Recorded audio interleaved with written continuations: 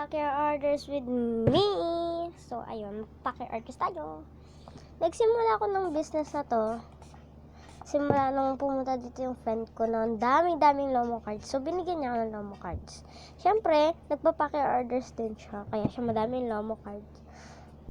At, bumili sa akin yung friend ko nung nakita yung vlog naming dalawa sa channel niya. Nakita ng friend ko. So, nag-order din siya. Kasi sinabi ko kasi doon na magpa-pack your orders din ako once na may mag-order.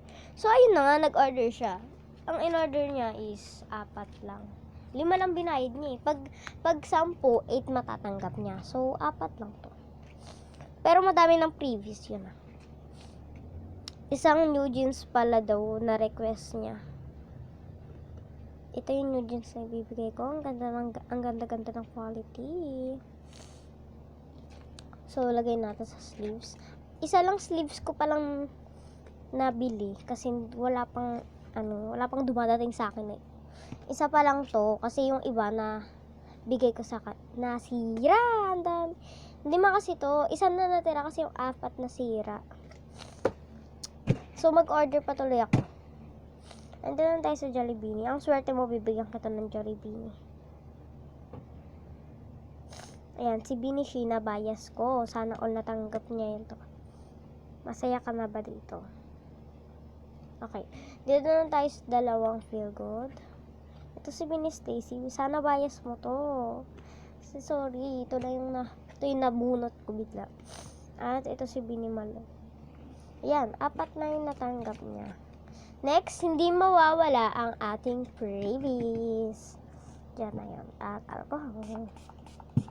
Doon na. Nagsimula na yung business ko after after ko mabigyan ng mga Lomo cards. At itong alcohol.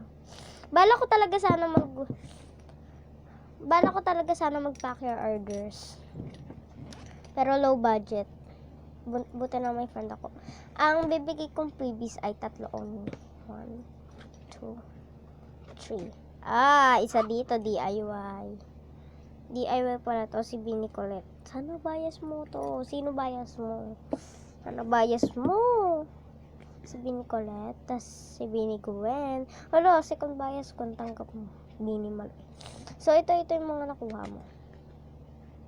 At binili mo. Yun lang. Ay, wait. 3 lang talaga ako nagpiprevious. Hindi ako masyadong madami nag-order. So, bye-bye. Bye-bye.